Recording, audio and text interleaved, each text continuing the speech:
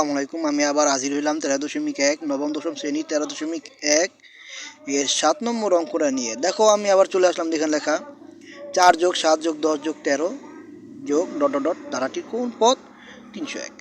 মনে রাখবা, যদি কোন পদ যদি লেখারই থাকে, কোন পদ এখানে তোমাকে বাইর করতে হবে। এন এর মানটা তোমাকে বাইর করতে হবে। তো কোন পদ মানে কি মনে করবো, এন এর মান তোমার বাইর করতে হবে। তো এন এর মান কোথাও দেওয়া নাই, শুধু দেওয়া আছে কোন পদটা হবে 301। ঠিক আছে, এন এর কোন পদ হইব 301 সেটা তোমাকে বের করতে হবে। তাহলে চলো অঙ্কটা আমরা শুরু করি।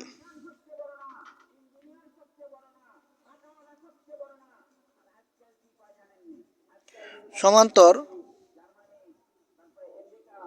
ধারার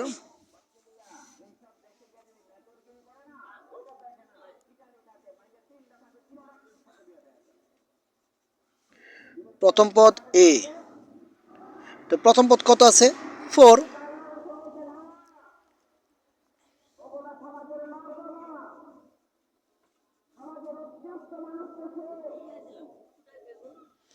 সাধারণ অন্তর ডি। আমরা সাধারণ অন্তর কিভাবে বের করব? এই যে দ্বিতীয় পদ, দ্বিতীয় পদটা থেকে আমরা কি করব, প্রথম পদটা বিয়োগ দিব। তো দ্বিতীয় পদটি যদি আমরা প্রথম পদটা বিয়োগ দিই, তাহলে আমাদের সমান্তর অন্তরটা, সাধারণ অন্তরটা কি বেরিয়ে যাবে। তো লিখি 7 বিয়োগ 4। তো 7-এর থেকে যদি আমরা 4 বিয়োগ দিই তাহলে কত?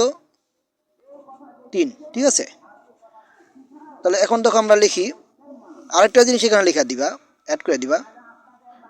এন সমান এইটা এখানে লিখবো এবং, কারণ আমাদের এন এর মানটা বের করতে হবে। ঠিক আছে, এন এর মান বের করলেই মানে অঙ্কটা শেষ। তো লিখবো আমরা প্রশ্ন মতে,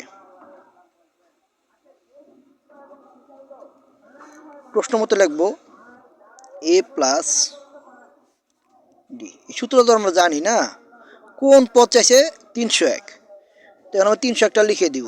ঠিক আছে, এই যে 301 লিখে দিলাম। তাহলে দেখো এখন আমরা অঙ্কটা করব। ঠিক আছে, এ প্লাস, দেখো এটার সাথে কি করব আমরা, এটা মানে কি, এ ডিটা দিছে কি, এই যে এই দোনোটার গুণ দিতে, গুণ করতে, অর্থাৎ এটার সাথে আমরা এটা গুণ করব। গুণ করি ডিএন প্লাস মাইনাসে মাইনাস ডি এর সাথে 1 গুণ দিলে ডি সমান 301। বা এখন এর মান কত আছে? এর মান আছে হলো 4, তাও প্লাস ডিএন, ডি এর মান আছে হলো 3, এন এর কোনো মান নাই, মাইনাস ডি এর মান আছে হলো 3 সমান 301।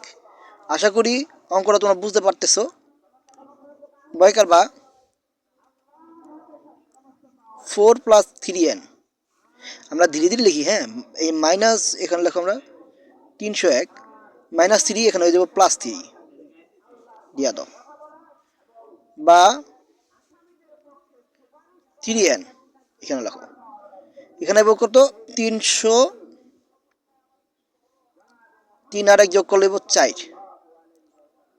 4 দিল। এখন এই যে 4টা কি করব, প্লাস আসলে হয়ে যাবো মাইনাস, দিয়ে দিলাম মাইনাস। ঠিক আছে,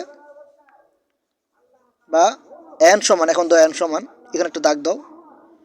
তো 4-এর থেকে 304-এর থেকে 4 গেলে থাকে গেল 300।